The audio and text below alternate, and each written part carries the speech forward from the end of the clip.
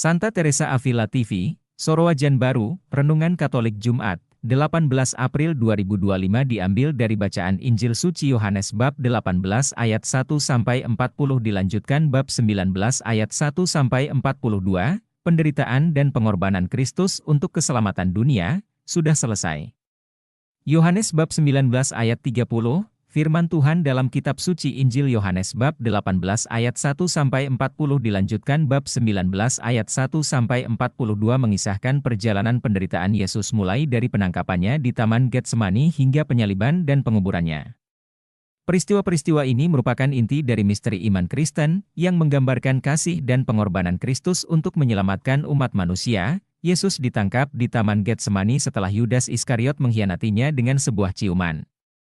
Setelah penangkapan, Yesus dibawa ke hadapan imam besar, Anas, kemudian ke Kayafas, dan akhirnya ke hadapan Pilatus, gubernur Romawi.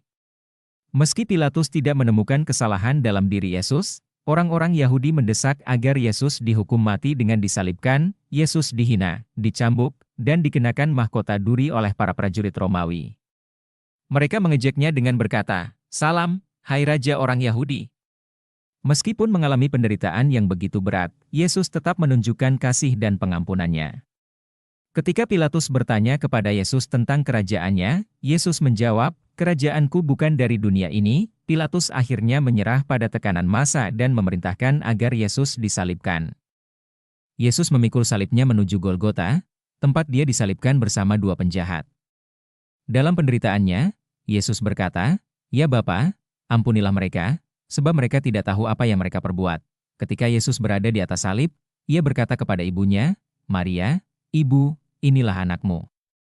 Dan kepada murid yang dikasihinya, Yesus berkata, "Inilah ibumu." Dengan kata-kata ini, Yesus menunjukkan kasih dan perhatiannya bahkan dalam penderitaannya yang paling parah. Saat Yesus menghembuskan nafas terakhir, dia berkata, "Sudah selesai." Ini menandakan bahwa misinya untuk menebus dosa-dosa manusia telah selesai. Setelah kematiannya, Yesus diturunkan dari salib dan dikuburkan di dalam sebuah kubur baru oleh Yusuf dari Arimatea dan Nikodemus. Peristiwa ini mengajarkan kita tentang kasih yang tak terbatas dan pengorbanan Yesus untuk keselamatan kita. Melalui penderitaan dan kematiannya, Yesus membuka jalan bagi kita untuk menerima keselamatan dan kehidupan yang kekal. Kita diajak untuk merenungkan makna pengorbanan Yesus dan bagaimana hal itu mengubah hidup kita serta memberi kita kesempatan untuk hidup dalam kasih dan kebenarannya. Poin-poin refleksi sehari-hari. 1. Makna pengorbanan Yesus. Renungkan sejauh mana kita memahami makna pengorbanan Yesus bagi keselamatan kita. Apakah kita menghargai kasih dan pengorbanannya yang telah memberikan kita hidup yang kekal? 2. Mengikuti teladan Yesus dalam pengampunan. Evaluasi sejauh mana kita mengikuti teladan Yesus dalam kasih dan pengampunan. Apakah kita siap untuk mengasihi dan mengampuni sesama, seperti Yesus mengasihi dan mengampuni kita? 3. Kesetiaan dalam iman. Bagaimana kita bisa lebih setia dalam iman kita kepada Tuhan, terutama saat menghadapi tantangan dan penderitaan? Apakah kita mengandalkan kekuatan dan kasih Kristus dalam setiap keadaan? 4. Meneladani kerendahan hati Yesus.